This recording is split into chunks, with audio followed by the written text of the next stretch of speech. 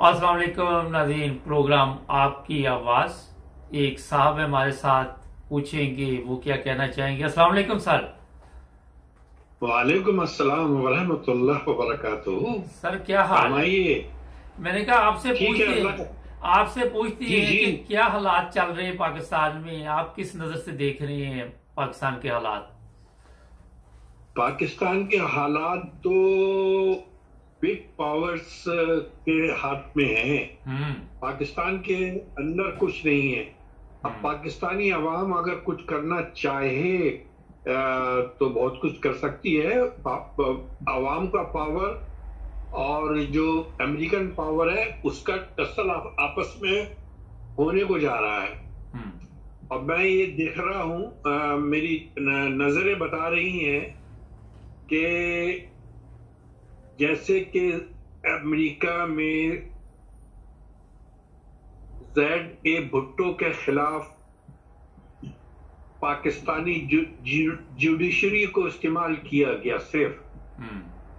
अब इमरान के खिलाफ भी जुडिशरी को ही इस्तेमाल किया जा रहा है। हम्म। जब रिज्यूम ये जो चेंज ऑफ गवर्नमेंट हुई है वो सिर्फ जुडिशरी सुप्रीम कोर्ट के एक ऑर्डर की वजह से हुआ है। अब जो चार्ज फ्रेम हो रहा है तो दूसरी ताकतें तो नहीं कर सकी, अब सिर्फ जुडिशरी को कर रहे हैं। अब बताइए, सुप्रीम कोर्ट का जो जज है वो कह रहा है कि हमारी जो लोअर कोर्ट है वो हमारी रेड लाइन है।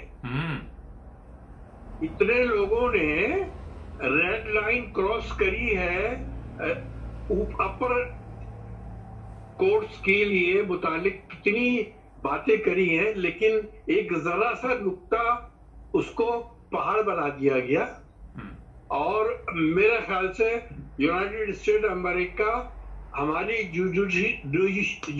जो हमारी जुडिशरी है उसको वीक एरिया समझती है और उससे वो खेल खेल रही है और आइंदा भी इसी से खेल किया जाएगा। It is quite obvious that इसी के कंधे पर बंदूक रख के अमेरिका चला रहा है और मुझे बड़ा खतरा लग रहा है कि कहीं पाकिस्तान को कोई डैमेज ना पहुंच जाए, अल्लाह ना करे।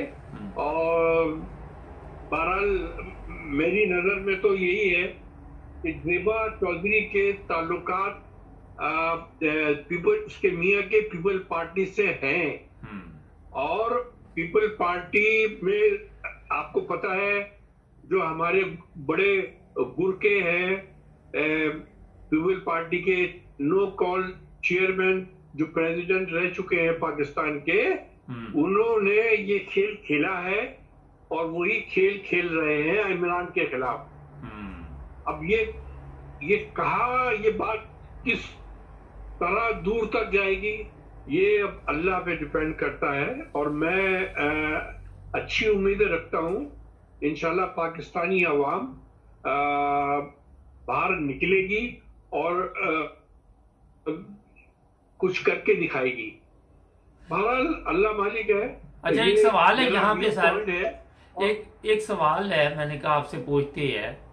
अभी आपने ये कहा कि मुझे खतरा है कि कहीं पाकिस्तान के लिए कोई ऐसा नुकसान ना हो जाए जिस तरह बांग्लादेश अलहदा हो गया था पाकिस्तान से।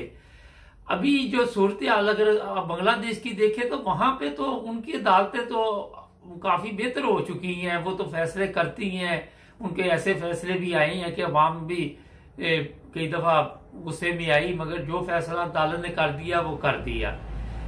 क्या वजह है कि आज एक तरफ तो हम कहते हैं कि हमारी अदालतें आजाद है, दूसरी तरफ हम जिस तरह ये बात नहीं है, हमारी अदालतें आजाद कभी नहीं रही हैं। अच्छा, देखिए आप खुद सोचे कि नवाज शरीफ ने कोर्ट पे हमला किया, ठीक। अब यानी कि उनकी बेटी और अभी कितने बुरे अल्फाज बोले हैं जब अभी सुप्रीम कोर्ट में अभी जो चल रहा था केस चीफ मिनिस्टर का, पंजाब चीफ मिनिस्टर का, उन्होंने क्या क्या अल्फाज नहीं बोले। हमारी अदलिया कहाँ आजाद है? अदलिया ने तो फैसला किया। नहीं तो मुझे ये मुझे बताइए सर, ये बताइए, वो सबको पता है कि अदलिया ने फैसला किया।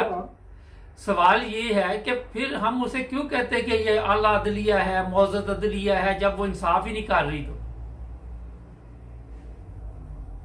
सर देखिए, हर अंधे को नजर आ रहा है कि जो सुप्रीम कोर्ट ने, जो उनका चीफ जस्टिस है, उसके दामाद नवाज शरीफ मुस्लिम लीग का दामाद है। अब उसका, वो अपने दामाद को खुश करेगा, क्या करेगा? अपनी बेटी को नाखुश करेगा।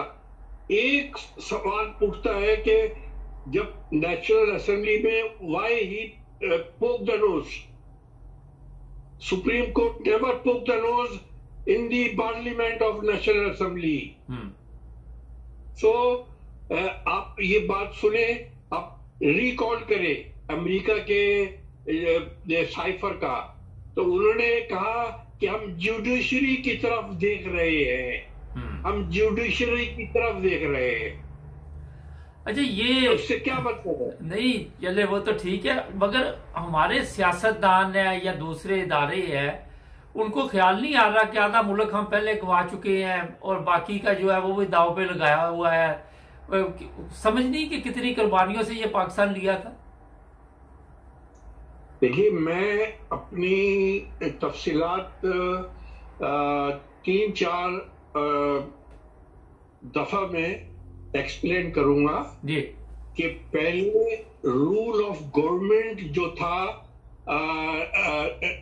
सेकेंड वर्ल्ड वॉर के बाद क्या था, और आजकल क्या हुआ है जब रशिया, जो 2 लड़ाइयां थी CIA और KGB में जी। KGB जब टूट गया, रशिया के पार्ट्स हो गए, उसके बाद सियासत कहाँ हिस्सा कर रही है। ये बहुत डीप पॉइंट्स है जो कि globally we have to see all the points step by step. ये एक दिन की कहानी नहीं है, ये रूल ऑफ द वर्ल्ड है। कौन हुकूमत करना चाह रहा है?